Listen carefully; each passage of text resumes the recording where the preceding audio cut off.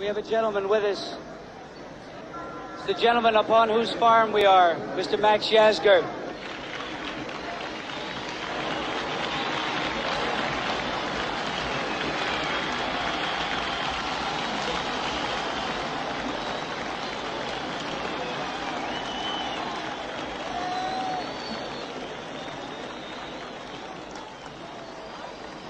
Click on.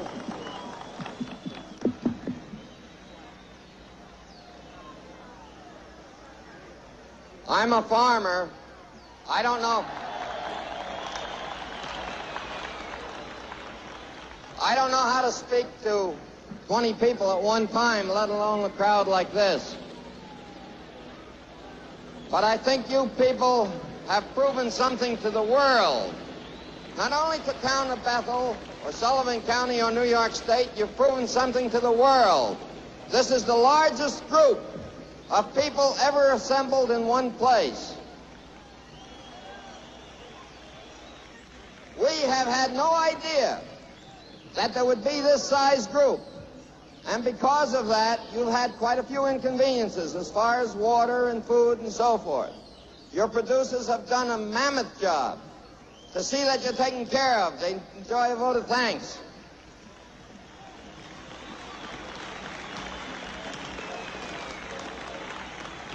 But above that, the important thing that you've proven to the world is that 500,000 kids, and I call you kids because I have children older than you are, 500,000 young people can get together and have 3 days of fun and music, and have nothing but fun and music, and I God bless you for it.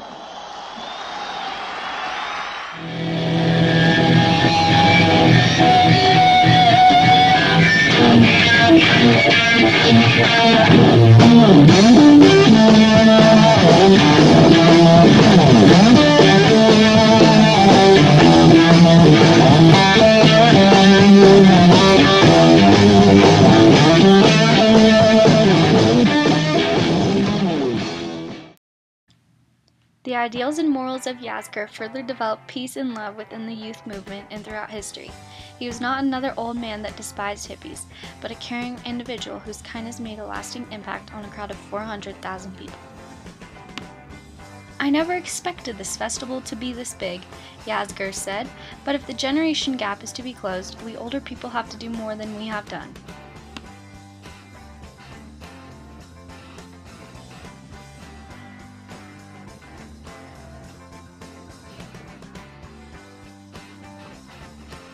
At one point, people started running a presidential campaign for Max Yasgur, making psychedelic bumper stickers that said, "Max Yasgur for President."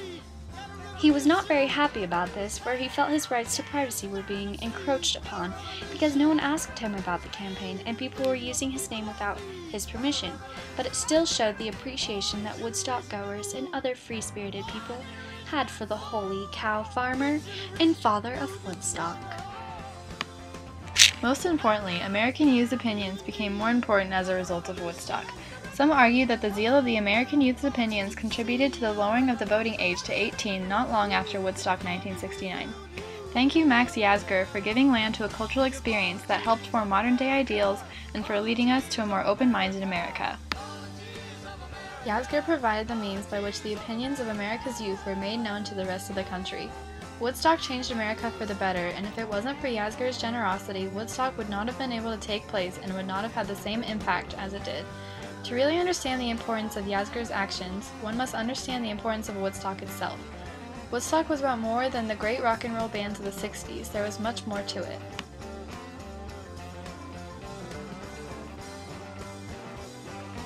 The music festival reincarnated civil disobedience among American youth.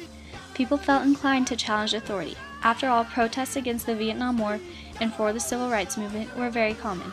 Young people started to recognize injustices in American society and stood up for peace and unity. The music of Woodstock brought people together.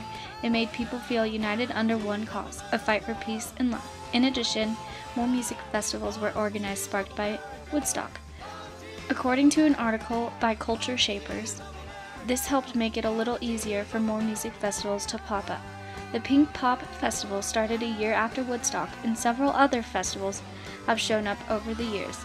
These include such internationally known festivals as Coachella, Bonnaroo, Big Day Out, the Reading Festival, Lollapalooza, and All Tomorrow's Parties.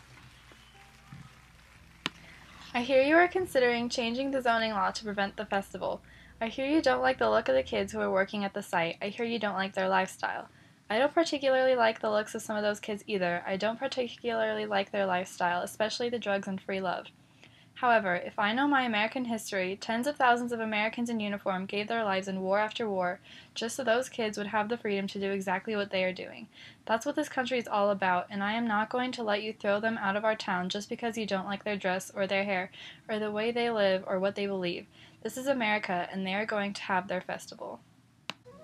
Although most Republicans at the time despised the idea of the festival, Yasgur kept a cool head, asking county and state officials what accommodations were left to be made in order to gain their approval.